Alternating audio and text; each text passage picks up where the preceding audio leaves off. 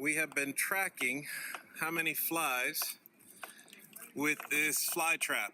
As you guys can see, the liquid was filled up all the way up to here. This is now filled with dead flies and all the flies trapped. I have to change it, so I'm going to try to change it as quickly as possible and show you guys how many flies we caught. This is how many flies we've caught.